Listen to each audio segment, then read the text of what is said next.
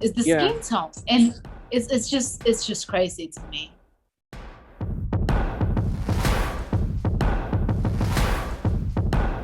I am a mixed young lady. Yeah, for the most part, I've been most welcomed by Africans from Africa. So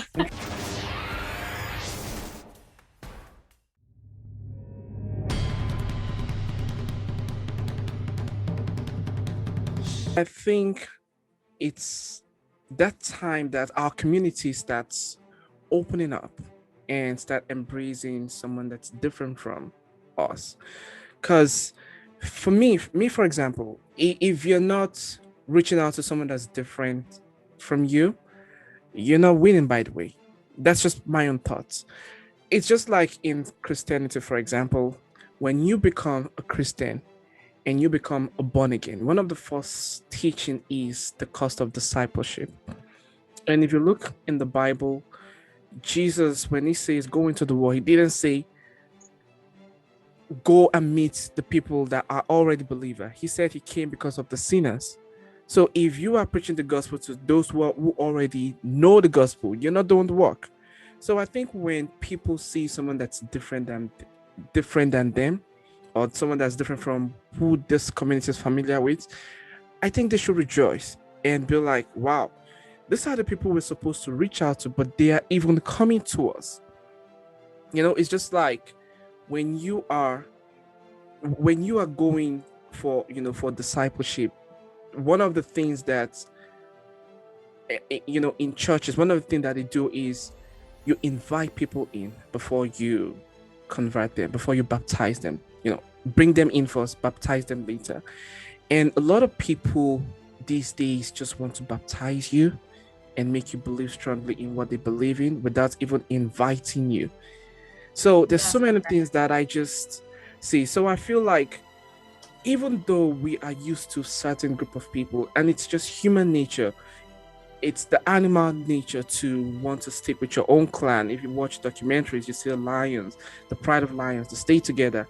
You see the buffaloes, they stay together. You see the antelopes, they stay together. The zebras, they all stay together. It's like the human animal nature.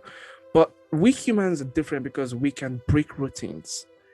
But after a while, we all fall back into this routine because of so many things happening. When you look into the news, you don't know who to trust, this and that. So everyone tends to be like, you know what, let's just stay with our people because we know our people.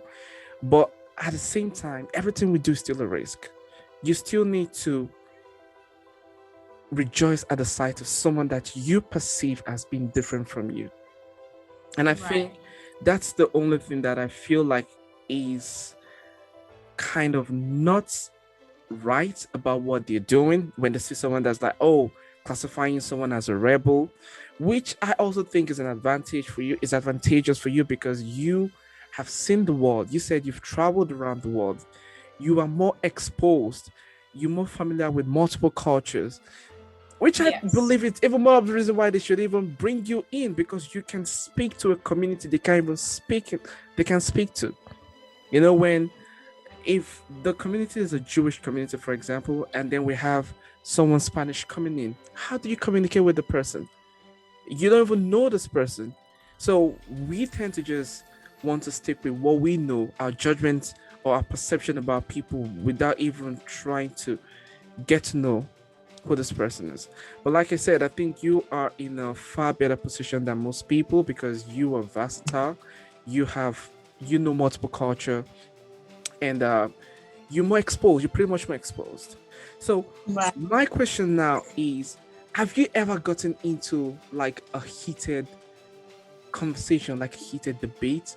For example, you said when you tie your hair a certain way, the black women look at you like, she's not black. Why is she doing that? Oh, and it's bad. It's Yeah. Did you bad. ever get into a heated conversation? Like, I'm fighting for you guys. What part of this don't you understand?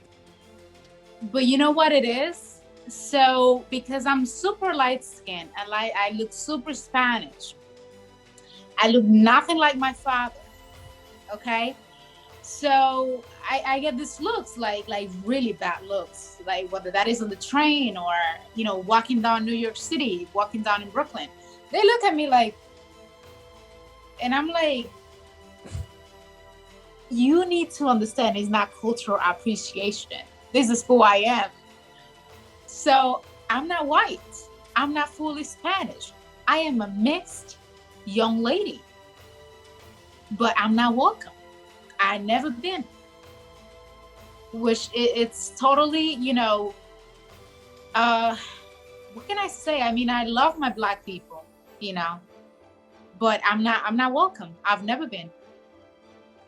Do you ever wonder why? Is it just because of the skin? I think it's because of the skin only. That's crazy. I wouldn't say it's because of the hair, because it's wrapped in, Mm-hmm. it's wrapped. So what else can you see? It's the hair. It's the skin color. It's the skin tone, and it's just crazy to me. So does that ever stop you from, for example, advocating for a specific culture that you feel like, you guys are not even embracing me? Why go out there and fight for you? Because I might go out there and even fight for you guys, and only for you to come back here and bash me. Does it put you in the space of, you know what, you keep doing you, I'll keep doing me? So, that's a tough question there. So,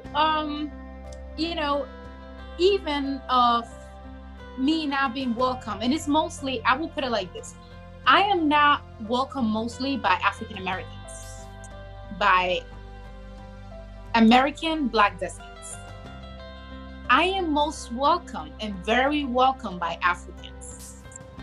Most of my friends, 80% of my friends, are Africans, from Senegal, from Ethiopia, from Somalia, from Mali. A very good friend of mine, one of my best friends, she's Mali, and I'm very welcome, and they know that diversity is real, and there is actually really light-skinned people in Africa, and they know this. Yeah. So, for the most part, I've been most welcome by Africans from Africa. So interesting. That sounded weird. Africans from Africa. Duh. You said something. So you said something very powerful. Yes. You said something very powerful, and I think that's a big contributing factor, that diversity is real, especially once you cross over the sea, thousands of miles away from your country, and you come into a place, you become less critical of people, you become less judgmental of people, because you know that I'm from a different space too, and some people accepted me. So I think it's just mandatory for me to just pay forward. I think if all you've ever known, because for example, I was walking out and I was having this conversation with someone, and I asked him, where are you from? I'm from New York. Where were you born and raised? I was born and raised in the Bronx. Where do you live? I live in the Bronx. Have you ever traveled to a different country? No, I spent 30 years of my life in the Bronx. What kind of, I believe it.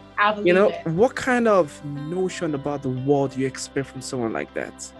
Their opinion of the world would be so restricted. It would be through a narrow lens, and you can't be too critical of someone like that too. So for me, I'll be like, take a moment and travel, take a vacation. Like, I'm being honest with you. I met this man. He's like in his late 50s. He said he's been in the Bronx for 35 years. Have you ever taken a vacation? No. Have you ever traveled anywhere else? He said no. He's actually Puerto Rican. And the last time he said he was in Puerto Rico was maybe over 35 years ago. He has a family here in New York, born and raised them in New York. Everyone is here in New York. And I was just like, that was how I ended the conversation. I was just like, just take a vacation to just explore the world.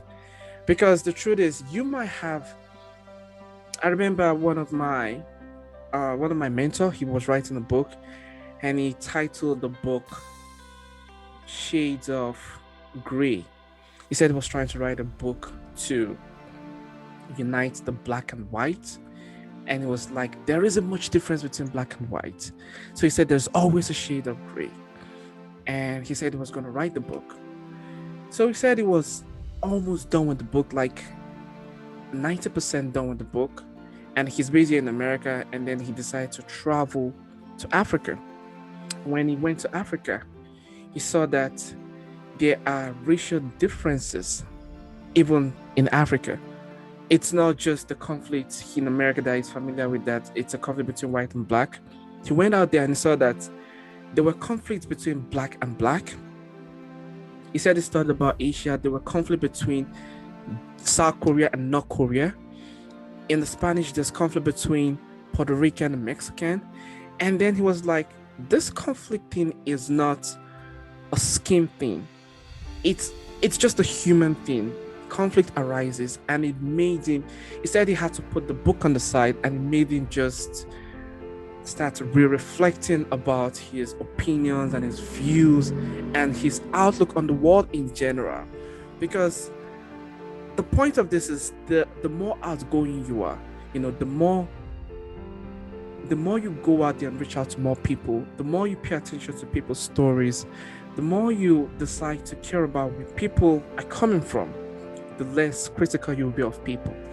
The more you will look into yourself, and the less judgmental you'll be of people, because everyone is coming from somewhere. Everyone, to me, I think the more different you are, the better for someone like me, because you have more to bring to the table, because you have something I don't have, and I got to respect that.